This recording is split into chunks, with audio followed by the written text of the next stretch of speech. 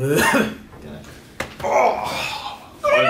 road, take me home to the place I belong, St. David. I feel like I should just take a bat to you. And say, you know what? But no one want to go over there. They should get a passport. To First of all, St. David's is Indian territory, okay? Let me tell you something. That's where my people come from. The Hill East Side, me, is dead until the end of August. Listen. I don't know no one from East. You saw the cut match beef already? Well, this is a W. Isn't this the West Side symbol? No, this is a W. It's a winner symbol, and that's something that you guys don't know nothing about because we took the cup and bashed it over here for the last few years. But that's because St. George's isn't smart enough to know to actually pick good players rather than your cousins and your nephews. Well, speaking of... This is why St. David's is a much better cricket team than St. George's, because, you know, we got the Indian blood. they will be feeling, hey, yo, hey, yo, hey, yo, hey, yo. Yeah, that's what they did. Okay, well, it shouldn't be picking one of those games. How about that? Yeah. Hey, yo, hey, yo, hey, yo. Good afternoon, no, I'm sorry. We're getting carried away. Good evening, good night, and good morning as well. That's not culturally insensitive because my family is Native American. Take that to the bank. Who cares? It's the type of news. I'm Dutch Pyramid. I'm Bruce Robinson. Yes. I think. Phone's on silent. Good. No more buzzers. Good, because Jesus. So we don't discuss fictional characters. Well, something has come across our desk that finds us in a very peculiar situation. And I know a lot of you all are used to us kind of, you know, highlighting things that could be done better and, you know, giving constructive criticism. However, we find ourselves in line with the government on this particular We found ourselves in line with the government before. Yes, but a lot of our viewers, you know, they you know, it's still like a rare occurrence for us, especially with, you know. Well, we've been, you know, because we don't support the Westminster system, we don't support. You don't support either party. So exactly. So we really come in line, but on this particular issue, we agree almost we agree 100% on it, and it is about the appointment of this new commissioner of police. Now, Friday in the House of Assembly, Minister Keynes got up there. And he said, I would love to have a Bermudian in this seat. I think, frankly, that's universal. We would like a Bermudian commissioner. Yes. However, he also was adamant that who's going to do it? Well, here's the thing. Who's going to do it? His critiques of Michael De Silva were well warranted because it should have been a grooming process for a Bermudian to take over the post, because Michael De Silva is a Bermudian. So you would think was it a grooming situation? Because it doesn't seem like there was a grooming situation. No, but this is the problem, and that's what he was saying. He criticized that because it should have been a successor that was Bermudian left behind, especially in the state that we're in right now. And to make things even worse, okay, not make things worse, but he was adamant as well that the budget was cut so that they could not actually afford to send someone away to receive the training to become commissioner. Because in order to be commissioner of police, you need strategic thinking, you need understanding of the area, you need a whole there's a whole slew of things that you need. Like, I don't know if necessarily you need to be a police officer. You said the budget was cut? Yes, because the budget was cut. Remember when we read out the budget, national security was cut by a certain amount of money? Police officers start at $70 grand a year. The that doesn't mean anything. Budget cuts don't affect, aren't necessarily going to affect their pay. It's going to affect what the police they What do. I'm saying is that we should start maybe moving around some money to make sure that we can get a successor that is Bermudian. Now that policed by a local. That I agree with. However, a lot of people are saying that, like, oh, government's got enough money to do it. Now, this is the thing. Government has money, however, if the government spent more than what they were supposed to spend, more than what was allocated, because once the budget comes out, they're supposed to stick to that. If they say, okay, we're going to spend an extra $100,000, I don't know how much it costs to train a commissioner. I would assume it would be pretty pricey. But if you're going to spend $100,000 to send someone away, then that's $100,000 that you're going to have to borrow. That's over budget. So technically speaking, getting a British man to be commissioner of the police is actually in the budget. So you can't hamper on the government because what they did was actually cost effective for what they were trying to do. No, I don't think anyone hampering on them. Well, I'm not disputing that. It's the police service that we're worried about right now. Yeah, because I feel as though it is. I have to applaud Minister Keynes. He took the high road on his critiques because we have noticed and caught on to the stealth independence movement that is being formulated by the PLP right now. And I feel like with a British commissioner being brought in, the optics of that is definitely in that agenda's favor as far as independence goes, because a lot of folks are going to feel like they're being lorded over by the British, and it's not a good time for a British commissioner with the political and social climate that we have right now. However, Minister Keynes criticized this in a very, very, very, very authentic and genuine way, and he stuck to the issue. He did not, go into, the colonialism and all of that. He stuck with the facts and he stuck with the procedures. And I have to applaud that because, it's a lot of times in politics in general as a whole, in this country and worldwide, people take these sort of opportunities to twist it into their narrative. And Minister Keynes did not do that. And so also, thank you for that. And also to piggyback off what my partner just said was we spoke in one of our last episodes about the emotion behind politics. So the stance that he took on the criticisms, it came across as factual, by the books, and very professional. Very professional. It didn't feel like there was any emotional undertones. It wasn't like, oh, okay, well, this is happening because I feel this way, I feel this way. No. This is why I'm saying this. This is what I'm having to back this up, and this, X, Y, Z, A, B, C. Not going to go through the full thing because we'll be here all day. Well, to clarify, we got a few inboxes, and it's like, as far as the emotional part goes, we're not saying that you can be in politics or deal with politics without emotion, because that's impossible. It is the fate of your country. But what we are saying is, make sure that when you make decisions, and those decisions are said and done, that they were done based off of facts and what was best, and not based off of how you felt at the moment. And that's what we're trying to say. Like the emotion, if a politician lashes out and says something and a decision is made without proper thought, that is a detriment to the country. That's what we mean by separating emotion from politics. You have it, but don't let it be the only thing you have. Yeah, because it's yeah. Yeah. And I do believe that it speaks volumes about another issue that we were talking about, which is legacy and successor programs in this country. That you have high-end positions that no Bermudian is being cultivated to take. And that this is the problem, and this is a very big problem that Bermuda has. Because we make this issue in everything from the business sector to personal to entertainment.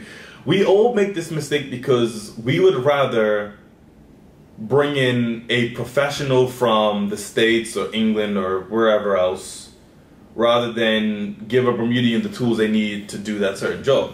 And I really feel that's why a lot of our bigger slots in Bermuda, like why a lot of our bigger head positions. I don't know what word to use for that. Either way, I think it's not so much that.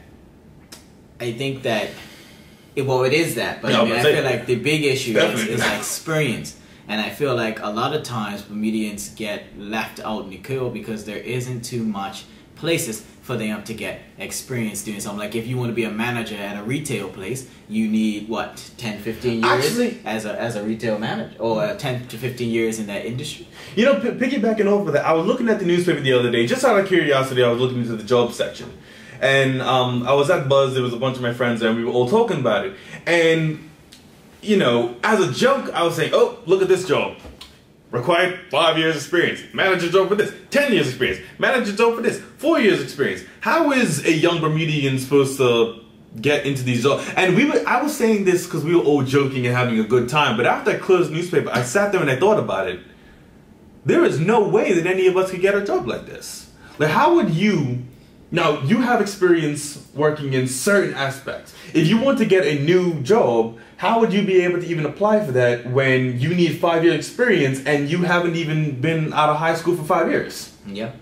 And then I mean, you have. I'm just saying, but, you know, just yeah, you know. it comes down to, you know, if I come here with credentials, like you can't tell me that there aren't police officers that have been in policing for 10 plus years.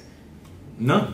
So it's like I feel as though it comes down to it's always a block for us, and then we wonder why all the big money is leaving our country, because it's always some sort of block. Like if you have the experience, then that means you were working the whole time, which means guess what? Didn't have the time to get a degree. And if you don't, and it's either trade-off. You don't get your degree and you work, so you get the experience, or you get your degree and you go to school, so you can get the experience, but you need both to get a job. So it's almost like you have to get your degree, and to more often than not, you graduate from school, come back, wait some tables, pack some groceries until you have your 5 years in the business sector, and then by the time you're 30, 33, you're just getting a job in your field. But that defines the two Bermudas, the have and the have-nots. Exactly, right? And Because that's unacceptable. You have families that you're telling me can send a child straight, fresh-faced out of high school at 18 to college, go get their degree and come back and the job is there for them, because of who the auntie, the mommy is. But there's some people who have been here all this time with a degree that can't get that same job because they don't have a family or something in that business. And I'm not saying it's exclusive to white, but I am saying that they do monopolize that. Now, not criticism, but one hope I have for the current government was Premier Burt built his campaign on two Bermudas. The PLP has majority of the House of Assembly. Yes. They have the power to end the two Bermudas.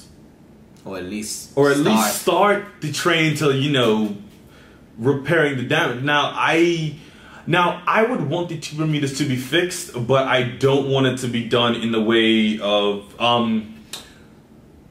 redistribution of wealth, because that doesn't always work for everybody. No, it because doesn't. Classic example, in South Africa, the South African government deemed that I might be butchering this a little bit, so take this with a grain of salt, but this is the general gist of it.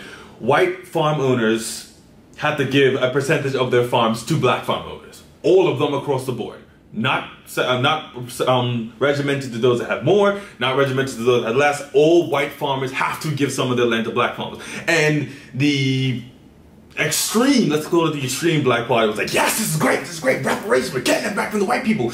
But some people are like, some of these white people are gonna lose their businesses. Some of these white people are gonna lose their way of life. Now the question needs to be asked. Let's ask you a lot. In regard to the two Bermudas being often, it's not white and black, it's rich and poor really, but often seen as white and black, would reparations from taking things from one of the richer Bermuda and giving it to the poorer one, would that be acceptable? Well, here's the thing about it, and this is something that comes across all the time when speaking of reparations.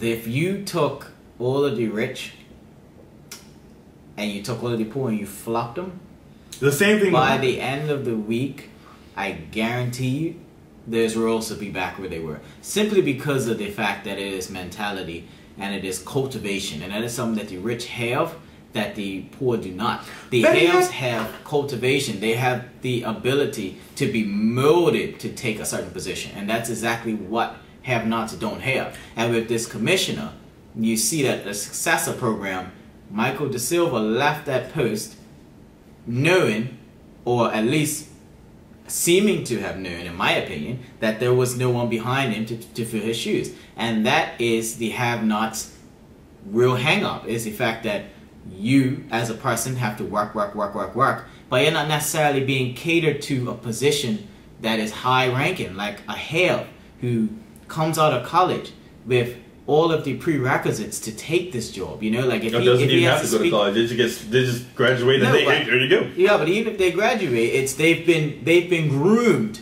to take these positions. This is the difference. So if I took wealth from a rich person and gave it to a poor person, that person that has never had wealth will have no way of knowing how to double it. You know what? How to really, like, how wealth begets wealth. And I mean, yeah, you can say, okay, they can hire somebody or whatnot, but a lot of times they will be taken advantage of because the everyday Joe is not going to know how to manage millions of dollars just like that overnight. You know what? You know what probably was the perfect representation of this exact issue? Remember the Black Reparations Dave Chappelle skit, in where the government gave billions of dollars to black people, and what was he jokes? They, like, a guy bought a truckload of menthol cigarettes, like 1,000 record labels got started, 1 million delinquent phone bills are paid, and basically the joke in the Dave Chappelle skit was one of the white characters that was speaking at the stock market. He was like, you know, we're all very happy because we gave this money to these black people and they're so happy to just give it right back to us. Now, that's a crude analogy. Like, it was a funny Dave Chappelle skit, but it's not entirely wrong because we've never been groomed to have. So when we do, it's like, why do so many rappers go broke? Because you can take the boys out of the hood, but you can't take the hood out of the... Yep. You go in, you get money with that mentality, but wealth begets wealth. That's right. There's a difference between being wealthy and being rich. A big difference. There's a big difference. So I wouldn't want to see a redistribution of wealth or anything like that. What I would champion for the two Bermudas would be a education of mentality. Like, how can we learn to have? And that's the thing. Again, it comes down to, you know, implementing these things. Like, most people graduate from high school in this country and they don't really know how to get a credit card, something like that, or how do I take out a loan? Let me tell you something. You know, how does one enter the stock market? How does one balance? How does one go into you know, stock and buying shares and stuff like that? It's not something that is taught to the everyday person. It's not taught to any of us in any form of education, because I didn't learn how to pay rent. I didn't learn how to pay bills. I didn't learn how electricity worked. I didn't learn how to pay a mortgage. I didn't learn how to get a car loan. I didn't learn anything. But you know what I did learn in school? I learned what the square root of Q is if X equals Y. What the hell is that gonna do for me? Well, just keep in mind as well that this is the biggest issue right now, and that is the dividing line. If you had a police commissioner that was set to step down, it's time when you look to your staff within. And I mean, I feel like it's integrity as well. Integrity to try and move up the people that have been working there all their lives. Because if you do keep outsourcing like that, it does not give an incentive for anyone to work hard to get to the top.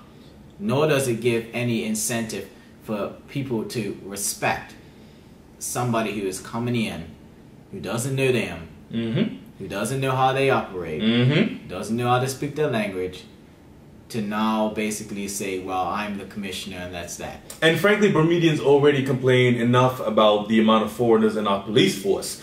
I feel that every form of CEO, commissioner, premier, I think every form of head position, the responsibility of them should be to groom a second, so in the event that they finish or leave, someone's ready to take the job. Because it seems as though education can do it. But this is what I'm saying. So why can't law enforcement? It goes back to the whole thing. The king is dead, long live the king. When the person passes, immediately the next person should be there. Now, we expect this from our families. Like, my father has a successful gas station business, and everybody and their mom expects me to be, when he's done with it, they expect me to be groomed to take over it. Whether I want to do it, that's my choice. However, why don't we expect the same thing from our businesses?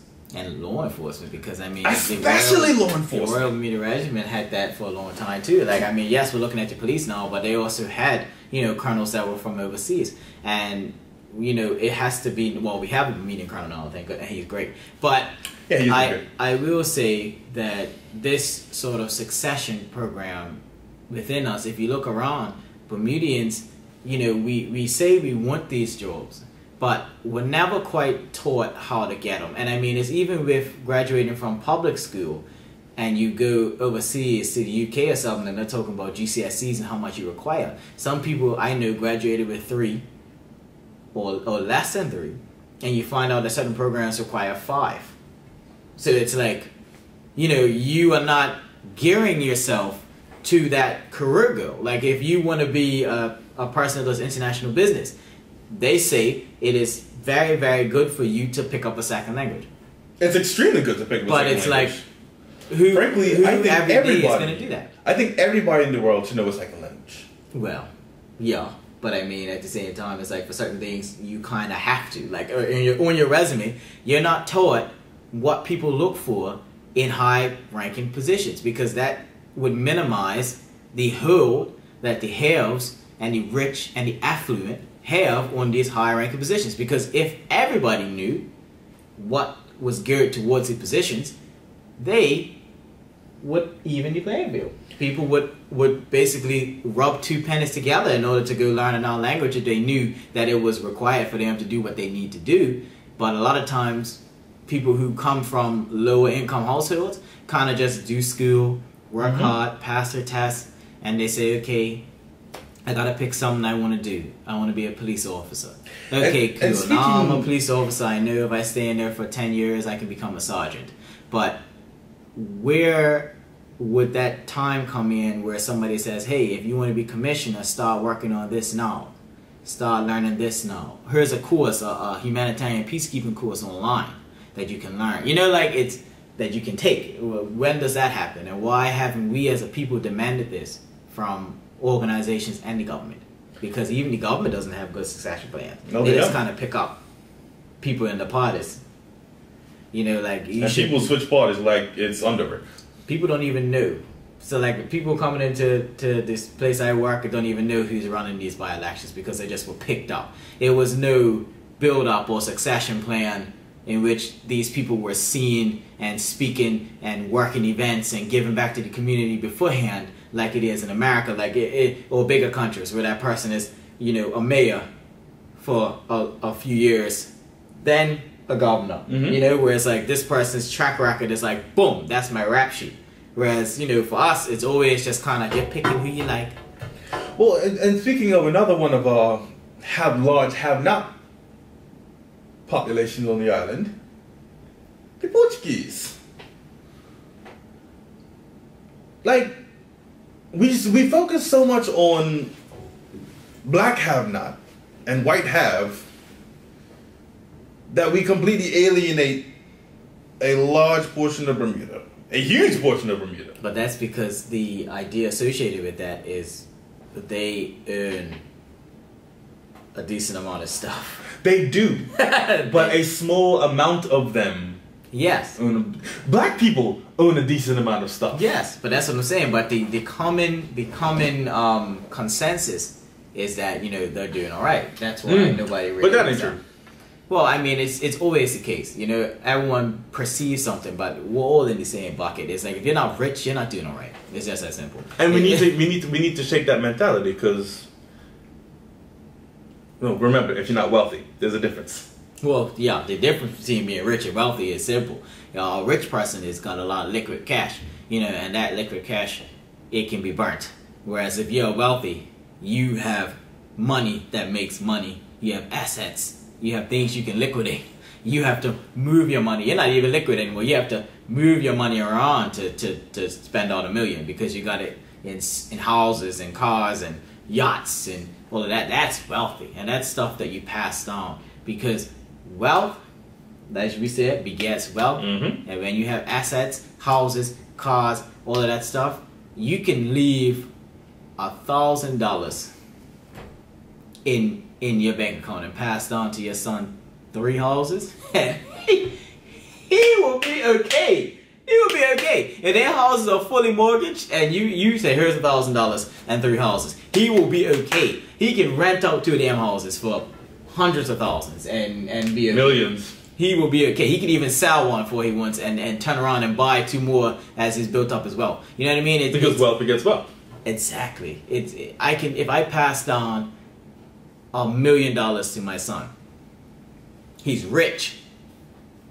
But you pass on $1 million, the deed to your business, a couple buildings in town, he's wealthy. Yeah. We need to train ourselves. Change our mentality. To change our mentality, because as long as we keep thinking us and them and not learn how to become them,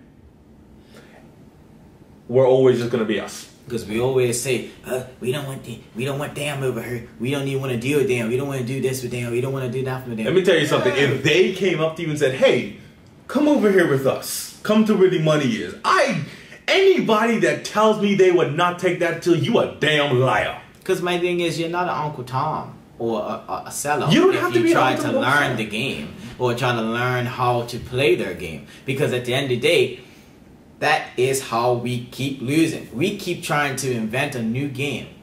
You can't invent a new game until you beat the old game. It goes completely back to what we said about the ebony and the ivory towers. Straight back to that. That was probably the best analogy you'll come up with all year. Or was that me that came up with that? It was me. Okay, whatever. Thank you. Okay, Vulture. Thank you. But it's true. It's you as a people, and when I say as a people, I'm classifying everyone who's a have-not, because honestly, it goes past skin at this point. I mean, it yes, really does. Your melanin in your skin does give you a prerequisite to being a have-not. It does, and it does make it more geared towards you in this current system. But we have to also realize that we need to figure out how to harness knowledge from those who have oppressed us in order to overcome the oppressor and empower ourselves. As long as we continue to say, well, those whites will do what they like over there, eat Chuck, and walk away. Did you really just say eat Chuck? I did. You will find that we will always be missing a piece of something that we need to move ahead. And I know that it sounds terrible. Oh, Dutch, how can you say that we blacks are kings? We're kings. No, we're not. We're kings of nothing. Well, we were kings. We were. And I feel like in Africa there are still many royal bloodlines that are still affluent and wealthy. But we have to remember. Is the Ethiopian royal family still in power?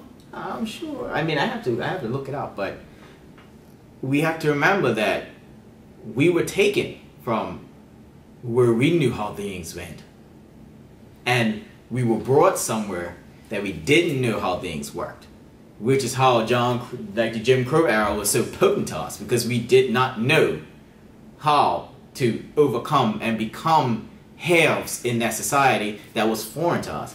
And that indoctrination is still happening today. A lot of us who are melanated, we do not know how to overcome that because we haven't learned. And those that do go play that game and get wealthy and immerse themselves in that white culture in order to get ahead in life are ostracized by us. So they now don't want to bring that knowledge back to the black community, because the black community says Uncle Tom, coon this, coon that, you're a sellout. And he says, well, you know what, I'm going to stay over here where I'm comfortable, and you lot can stay down there and rot. And this, yeah, sure, you can say he should be the bigger person, but why should he? Why can't we both be bigger people? Well, because the thing is, once one crab makes it out of the barrel, all the other crabs call him names. And this guy now has the power to reach in and pull the others out. Or tip the damn bucket over. Because I think that when you come out and you start realizing, okay, well, this is how they play the game, this is how they do things, this is how they have accumulated wealth. And now we, as you're a white people, boy, you're an Oreo, you're an Uncle Tom, you're cooning for the white man, you're shucking and jiving. Because of that is why so many black people that make it don't give a damn about the rest of us. Because it's like, why stick my hand back into that meat grinder of a crab barrel that's just either gonna pull me back in, or yell names out to me? Which is why a lot of these rich rappers, they live in white suburbs, and they move out of the hood. Wealthy black people always live. Wealthy black people live in white neighborhoods. Rich black people stay where they are. And that's the problem.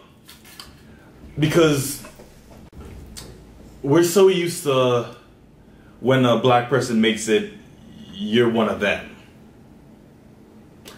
Which is why those black people that leave don't pass their knowledge. No, they'll pass it to their sons. They'll pass it to their daughters. They'll pass it to the other black people that have made it out. But they don't give a damn about us because we rejected them. So why would they?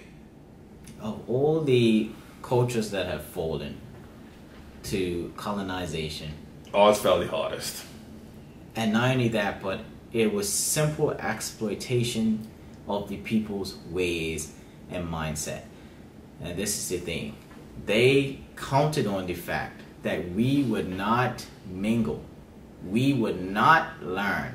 It's just like in all the movies where you see a race of people that have been untouched by society, and then comes this big army outside saying this and that, and the person always says we have to learn, and they say we will not change our ways. They have been this way forever and ever, and then that civilization falls.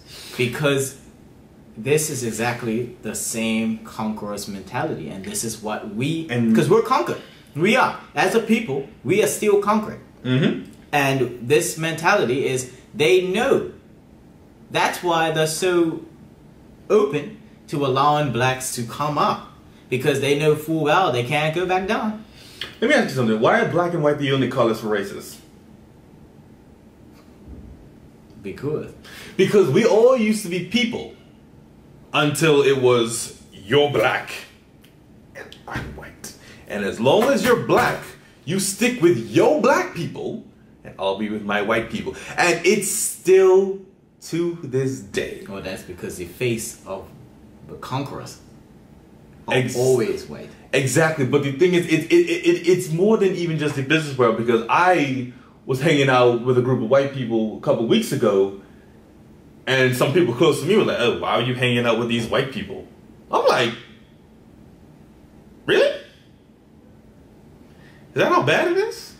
You know, it's getting there. No, I think it's been there. And I mean, of course, we can't reject. I mean, we won't openly reject this, Commissioner, because we believe that you know, we want stability and we want. But I do say, just like Mr. Keynes, that after this, it had better be a strategy in place or something in place that empowers a Bermudian to take that position and be qualified to take that position, not just given to him.